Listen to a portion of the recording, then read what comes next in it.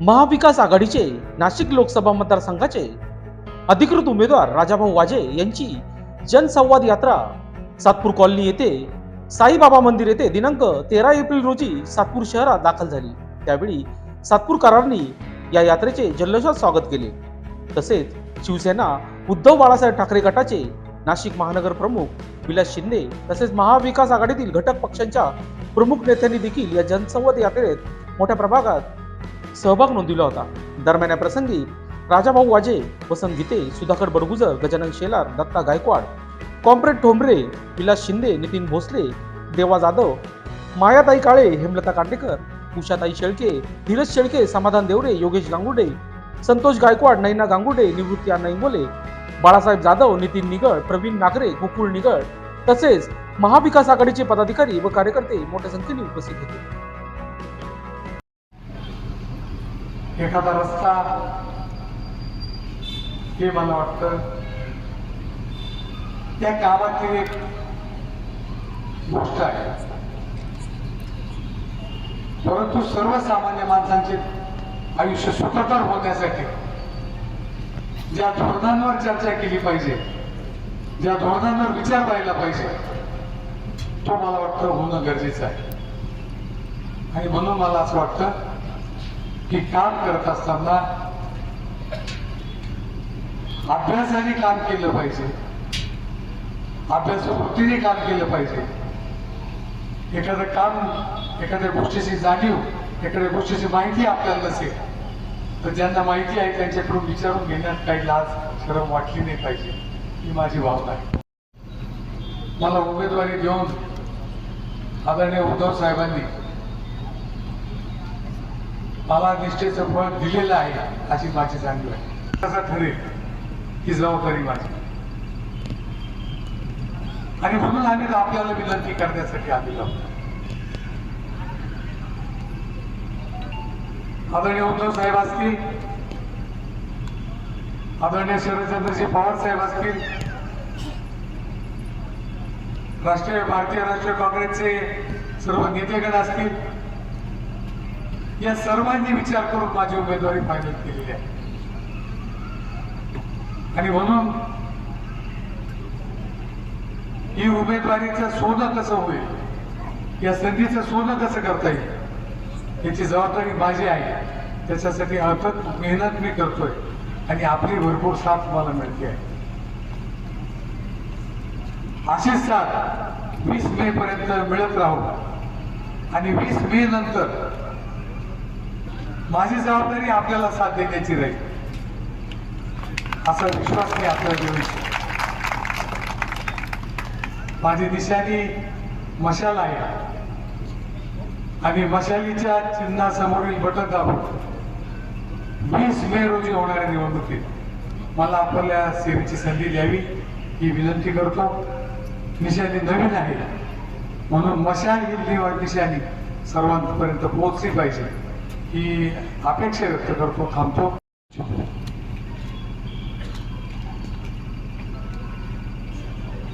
निवडणुकांमध्ये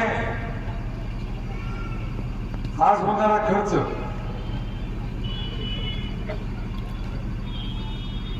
कोणता उमेदवार पेलू शकतो, पेलू शकत नाही, मला वाटतं याची जाणीव आहे सर्वसामान्य लोकांना झालेली आहे। आणि म्हणूनच मी जिथे जातो तिथे लोक मला वर्गणी देतात आणि निवडणुकीसाठी निधी देतात। याचं कारण काय आहे की कोणत्याही प्रकारच्या भ्रष्टाचाराचा आरोप आजपर्यंत माझ्यावर झालेला नाही। मग एखादा म्हणू शकतो की तुम्ही सापडले नाही म्हणून भ्रष्टाचाराचा आरोप झाले नाही, असंही होऊ शकतं, म्हणू शकतं। परंतु मी तुम्हाला 100% सांगू इच्छितो, आजपर्यंत सामाजिक आणि राजकीय काम करत असताना कोणत्याही प्रकारच्या 5 पैशाची कुणाकडून मी मागणी केली। आणि म्हणूनच मला असं वाटतं की सर्वसामान्य लोक 1000 रुपयापासून तर 5, 10, 50 हजार रुपयापर्यंत वर्गणी देऊन ही निवडणूक माझ्यासाठी सुखकर कशी होईल हे पाहत आहे. सर्व क्षेत्राच्या बाबतीत काम केलेलं आहे. सिन्नरमध्ये MIDC आहे. त्या MIDCतले उद्योग चालू कसे राहतील आणि कामगारावर अन्याय कसा होणार नाही हे 5 वर्ष मी सांभाळलेलं आहे. कामगारांचे प्रश्न असतील, उद्योजकांचे प्रश्न असतील, याची संपूर्णपणे मला जाणीव आहे. आणि 5 वर्ष काम करत असताना कोणत्याही उद्योजकाचं लागून चालून मी केलेली नाही. सर्वसामान्य कामगारांचं हित कशात आहे तेच मी सांभाळत राहिलो. सर्वसामान्य माणसाचं हित कशात आहे तेच मी सांभाळत राहिलो. आणि म्हणून मला वाटतं की सर्वसामान्य माणसांचे जे प्रश्न आहेत, सर्वसामान्य माणसांच्या ज्या समस्या आहेत, सर्वसामान्य माणसांच्या ज्या अडचणी आहेत, त्या सर्व याचा अभ्यास माझा पूर्ण झालेला आहे.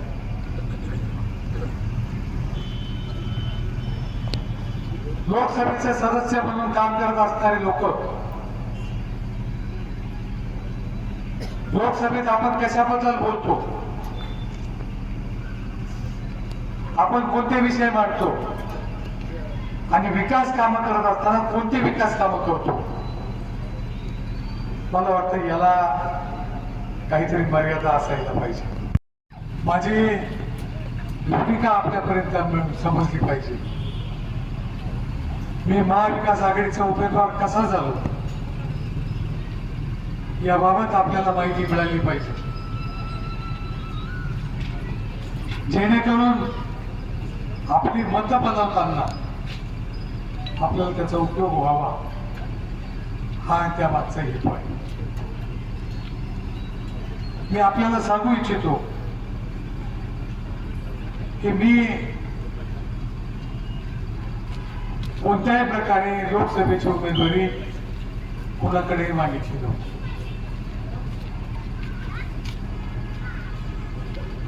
मी कुठं लॉबिंग केलं नाही, परंतु अचानकपणे मला टीव्हीवरच्या बातम्यांमधून समजलं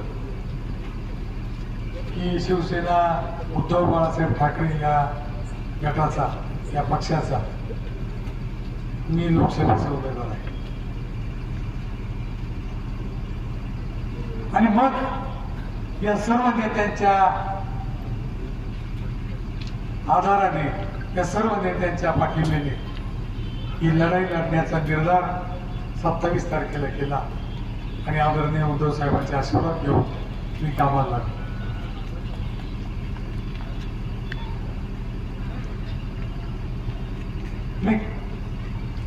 मी विधानसभेची तयारी करत होतो. मी 5 वर्ष विधानसभेचा सदस्य होतो. मी आपल्या समोर आहे. या संवाद मेळाव्यासाठी व्यासपीठावर उपस्थित सर्व मान्यवर, त्यात खास करून उपस्थित असलेले आदरणीय गजानन शेलार, आदरणीय दत्ताजी नाना, माझे आमदार आदरणीय नितीन नाना भोसले, माझे आमदार वसंत गीते, आदरणीय सुधाकर मध्ये साधारणतः 450 हेक्टर जमीन हे आंबेडकरांनी त्या ठिकाणी दिलेली आहे. हे नाशिकच्या विकासासाठी हे योगदान मोठं आहे, परंतु त्या प्रमाणात सातपूरकरांना किंवा अंबडगाव ग्रामस्थांना त्या प्रमाणात मोबदला मिळाला नाही.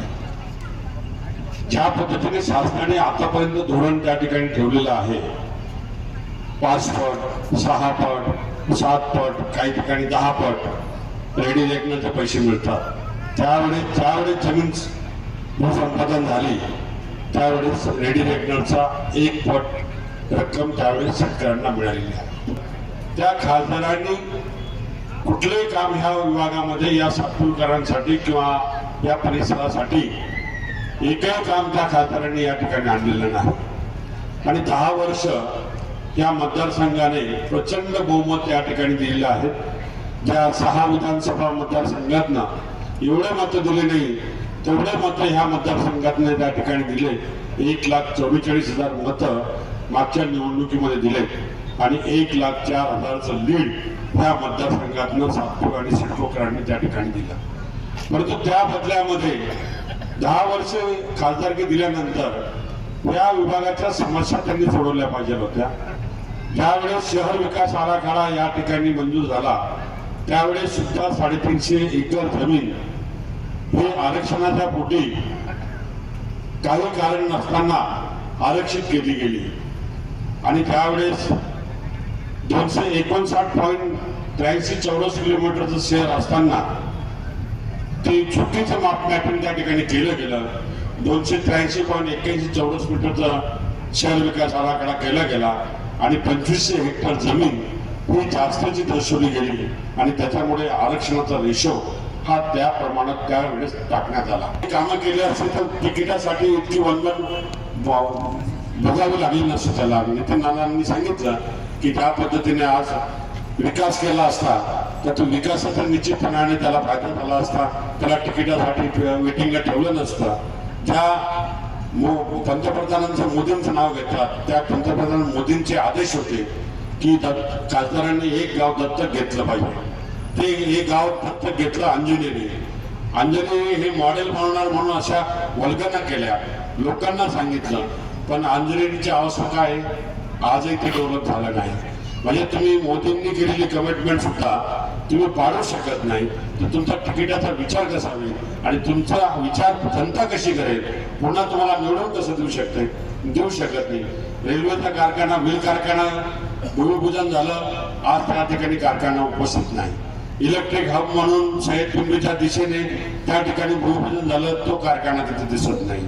उड्डाणपूल द्वारकाचे सिन्नर फाटा उड्डाणपूल करणार त्याचं भूमिपूजन झालं, ते दिसत नाही.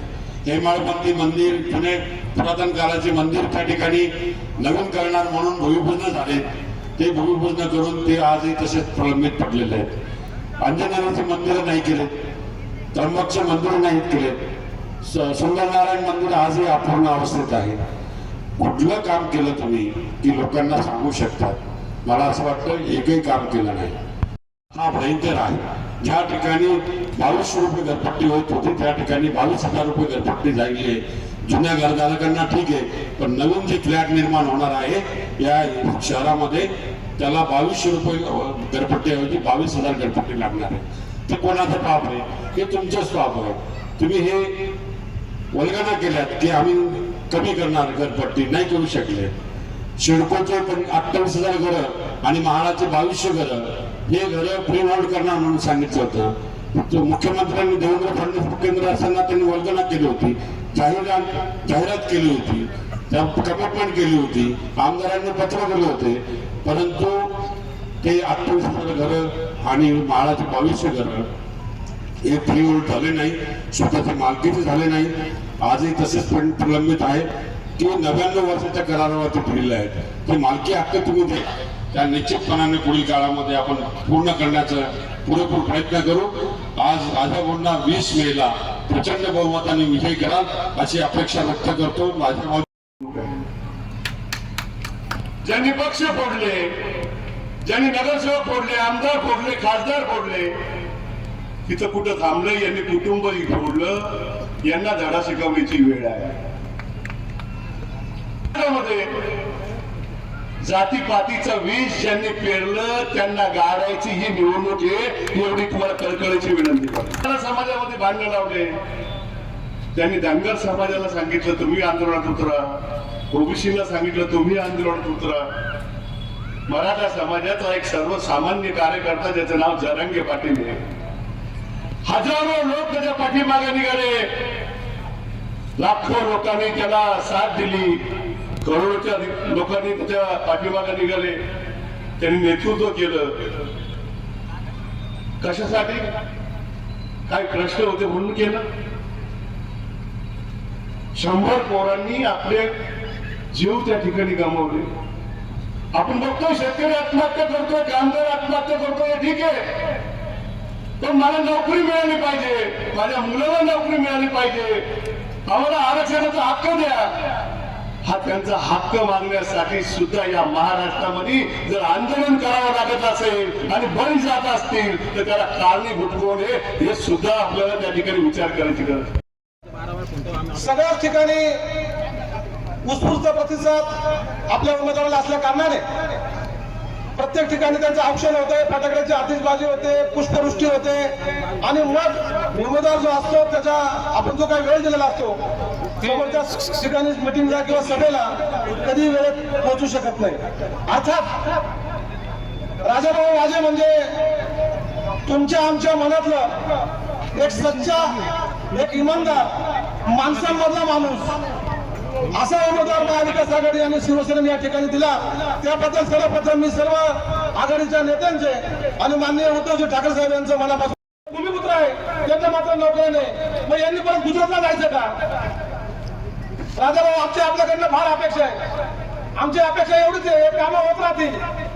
गटर वाटर मीटर हे नाशिक महानगरपालिका आम्ही सगळे नगरसेवक सक्षम आहोत, परंतु जे युवक आज निराधार आहे, जे युवकांना त्यांचं भवितव्य अंधारा दिसतंय, यांच्यासाठी खऱ्या अर्थानं आपल्याला लढा दिला देणं गरजेचं आहे. आणि येणाऱ्या काळामध्ये आपल्यासारखा सच्चा माणूस ज्यांनी प्रत्येक नागरिकाच्या मनामध्ये एक स्थान निर्माण केले आणि हे स्थान निर्माण करत असताना हे आमदार म्हणून नाही किंवा एक प्रत्येक जण म्हणतो की शिवसेना सिन्नरचे राजे राजाभाऊ वाजे, पण आज आम्हाला सगळ्यांना पटतंय आपण जनसामान्यांचे नेते आहात आणि जनसामान्यांच्या प्रश्नाला आपण नक्कीच न्याय द्याल. येणाऱ्या काळामध्ये आपण या भागातील या प्रमुख समस्यांकडे सोडवाल एवढीच अपेक्षा करतो. वेळ कमी असल्या 300 पार 400 पारचे नारे देतात.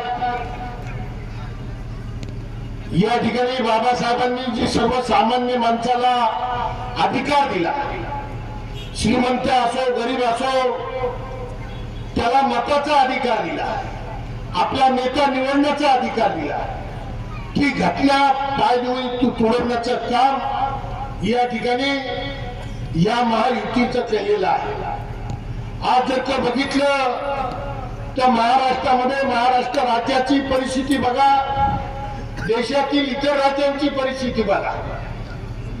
या ठिकाणी तोडो फोडो आणि सत्याचं समीकरण जोडो ही भूमिका घेतलेली आहे. पहिल्याच्या महाराष्ट्रामध्ये चांगली सरकार उद्धव साहेबांच्या माध्यमातून या महाराष्ट्राला मिळालं. करोनासारखा महाभयंकर रोग आलेला असताना देशाने नाही तर जगाने या ठिकाणी सन्माननीय उद्धव साहेबांचं चांगला मुख्यमंत्री म्हणून कौतुक केलं. त्याला फोडण्याचं काम, त्याचं सरकार पाडण्याचं काम, खोके देऊन घोषणा पण निघाली, 50 खोके सबको चूक ही घोषणा निघाली आणि या घोषणेच्या माध्यमातून खोके द्यायचे आणि माणसं फोडायची. आमदार आपण निवडून दिलेले, परंतु यांनी या ठिकाणी एकही मोठा औद्योगिक वसाहत या ठिकाणी कारखाना आणलेला नाही. त्यामुळे या ठिकाणी जे शिकून तयार झालेले तरुण आहेत ते बेरोजगार आहेत, त्यांना रोजगार मिळत नाही आणि खूपच शिकलेला असेल त्यांना पुण्यासारख्या शहरामध्ये जाऊन नोकरी करावी लागत आहे. म्हणजे आता त्यांनी दिले की 400 पार या निवडणुकीमध्ये 400 पार करायचे आहे, परंतु या निवडणुकीमध्ये आपल्याला केंद्र सरकारमध्ये जे सत्तेत आहे त्या मोदी सरकारला तडीपार करण्याची तयारी आपल्याला करावी लागणार आहे आणि ती आपण केली पाहिजे. यासाठी खास करून आपण सर्वांनी पुढाकार घेण्याची गरज आहे. दुसरी गोष्ट आहे की आपल्याला माहिती आहे की वाजेभाऊ पण मी सांगतो की आपण निवडून आल्यानंतर या भागातल्या ज्या समस्या आहेत औद्योगिक वसाहतीमध्ये कामगारांच्या, त्यांना तरुण मुलांना नोकऱ्या मिळाल्या पाहिजे, या ठिकाणी मोठे उद्योगधंदे आले पाहिजे की जेणेकरून या ठिकाणी तरुणांना नोकऱ्या मिळेल. यासाठी सुद्धा वाजेभाऊने लक्ष देण्याची गरज आहे असं मला वाटतं. आणि म्हणून या ठिकाणी मी सीपीएमच्या वतीने त्यांना आश्वासन देतो, सीपीएमची सर्व जी ताकद आहे ती आपल्या पाठीशी खंबीरपणे उभं राहील आणि आपल्याला विजयी करण्यामध्ये आम्ही सर्वजण सहभागी होऊ एवढंच बोलतो. स्वर्गीय हिंदू हृदय बाळासाहेब ठाकरे तसे पक्षाध्यक्ष उद्धवजी ठाकरे, आदित्य ठाकरे यांच्या प्रेरणेने आज राजाभाऊ वाजे यांना उमेदवारी मिळाली आणि त्या उमेदवाराच्या स्वागताकरता माझ्या महिला भगिनी आणि बंधू, सर्व पदाधिकारी, पत्रकार, सर्व कार्यकर्ते इथे उपस्थित झाला, त्या सर्वांचं मी मनापासून स्वागत करते. आजचं वातावरण फार गढूळ झालेलं आहे. या गढूळ वातावरणात माणसाला मत कोणाला द्यायचं, कोणत्या पक्षाला द्यायचं ही पण काळजी पडलेली आहे. पण पक्ष फुटिरकी न केलेल्या उमेदवारांना आपण निवडून द्यावं ही मनापासून इच्छा व्यक्त करते. राजाभाऊ वाजे हे 80% समाजकारण आणि 20% राजकारण करणारे असा उमेदवार, या उमेदवाराला आपण निवडून दिलं तर आपल्या संसदेत आपल्या नाशिकवासियांचं, संपूर्ण महाराष्ट्राचं कल्याण कसं करता येईल या सूचना पण आपल्याला त्यांना देता येईल. कारण माणूस हा समाजकारण करणारा आहे, समाजाभिमुख राहणारा आहे, समाजात मान असणारा आहे. त्यांचं काम करून घेण्याची आपली त्यांना विनंती करता येईल आणि काम करतील अशी अपेक्षा आहे. म्हणून आपण सर्वांनी राजाभाऊ वाजे यांना विजयी करा ही त्यांचा अभ्यास आहे. आपल्या इथे बरेच लोक आपल्या सिन्नर, सातपूरच्या सिन्नर मतदारसंघातले आहेत. सिन्नर, इगतपुरी, घोटी, देवळाली वन साइड राजाभाऊचं नाटक होतं आणि इतकं काम आहे की तिरडी पासून लग्नापर्यंत राजाभाऊ ज्याच्या मागे उभे राहतात ते काम पूर्णत्वाला नेतात. आणि मी हात जोडून सांगतो की आजच आमच्या त्या जुन्या पक्षाने मागच्या 5 वर्षापूर्वी त्यांनी काँग्रेस राष्ट्रवादीची सुपारी घेऊन प्रचार केलेला होता. गेले 3 वर्ष झाले मी त्या पक्षाच्या व्यासपीठावर गेलो नाही, त्यांच्या भेटायला सुद्धा गेलो नाही. की हे मला तेव्हाच कळालं होतं जेव्हा यांनी माझ्या घरावरती भारतीय जनता पक्षाला मतदान करा असा व्हीप चिटकवला होता. त्या दिवसापासून आम्ही यांच्या दारात गेलेलो नाही मित्रांनो. आणि आता तर त्यांनी जो माणूस कालपर्यंत शिव्या घालत होता, मोदी घोटाळे, हे घोटाळे, यांचे घोटाळे, लाड येतो व्हिडिओ, आज यांच्याच व्हिडिओ बाहेर आले. यांच्या इतके व्हिडिओ बाहेर आले की यांना लाज लज्जा यांनी सोडून दिलेली आहे. बोलतात काय आणि करतात काय, अशा लोकांच्या आरे ते प्रचाराला आले ना तर उलट काम होणार आहे. राजाभाऊ आपला फायदा होतील. अरे काय घोटाळा आहे, गेले 16 वर्ष काय बोलतोय, किती वेळा भूमिका बदलतो. आता अंगावर तुम्ही शाल घालून फिरतात कारण तुम्हाला दाखवायचे नाही तुम्ही किती रंग बदलले. चला वापरतो तुम्ही. लोकशास्त्र न्यूजसाठी बंटी आढाव, सातपूर.